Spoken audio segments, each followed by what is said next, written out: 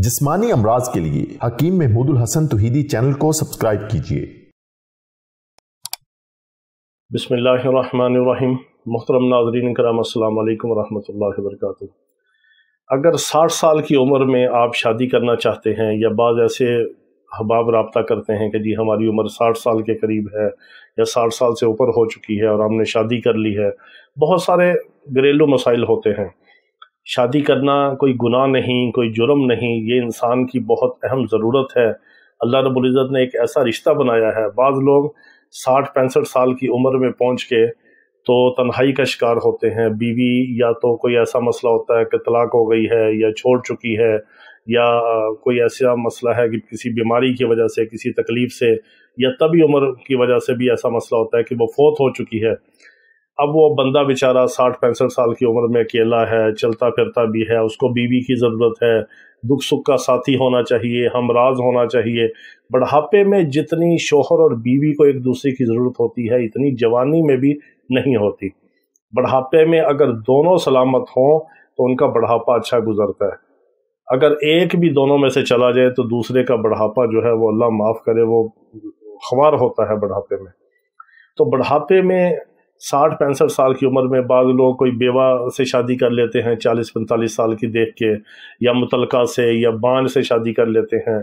फिर 60-65 साल की उम्र है, अपने असाब कमज़ोर है, जिस्मानी कमज़ोरी है, हक़ अदा नहीं किया जा सकता, फिर और मसाइल पैदा होते हैं।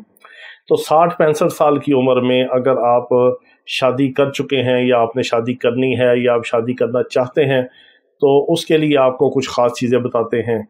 आप एक तो किसी अच्छे तबीब से कोई मजून मुकवी ख़ास बना के इस्तेमाल करें, मजून लबूब कबीर सही अज्जा के साथ बनवा के वो इस्तेमाल करें, खमीरा बरेशम हकीम अरशद वाला वो इस्तेमाल करें। कुछ और चीज़ें मरजान वगैरह, मरवारीद, जिनका कोई नुकसान नहीं, बेज़रर है, कैल्शियम है और फ़ायदेमंद हैं, सर से लेके पाँव तक दिमाग और असाब को तक़वियत देने वाली चीज़ें हैं। ये किसी अच्छे तबीब से आप बनवा के इस्तेमाल करें।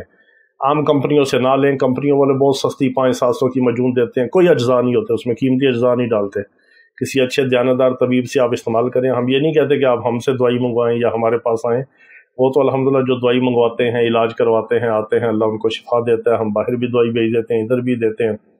तो क्योंकि हमारी दवाइयाँ वो खालिस होती हैं अज्जा वाली, उसमें थोड़ी सी एक्सपेंसिव और महंगी होती हैं। तो आपको कोई अच्छा तबीब मिल जाए, कोई सस्ती दवाई दे दे, वो आप इस्तेमाल करें। अगर ना भी मिले तो फिर आप अच्छी खुराक की तरफ तवज्जो दें, अच्छी खुराक से अपना इलाज करें, सेहतमंद रहें, वाक करें, इबादत करें, अच्छी खुराक खाएं, वर्जिश करें, मौसम का फल इस्तेमाल करें, खुशक फल भी, ताज़े फल भी, और किसी अच्छे तबीब से अपना इलाज भी करवाएं ताकि आपको फ़ायदा हो और बीवी का हक़ भी अदा हो। तो इसलिए इस उम्र में शादी कर लें या करनी हो या कर चुके हों तो बहुत एहतियात की ज़रूरत है, बहुत एहतियात की ज़रूरत है। तो इसलिए हक़ भी अदा करना है, बीवी का भी ख्याल रखना है, अपनी इज़्ज़त का भी ख्याल रखना है और अपनी सेहत का भी ख्याल रखना है, और हमें दुआ में याद रखना है। अल्लाह रब्बुल इज़्ज़त तमाम बीमारों को शिफ़ाए कामिला अजला मुस्तमिरा अता फ़रमाए। व आखिर दावाना अनिल हम्दुलिल्लाहि रब्बिल आलमीन।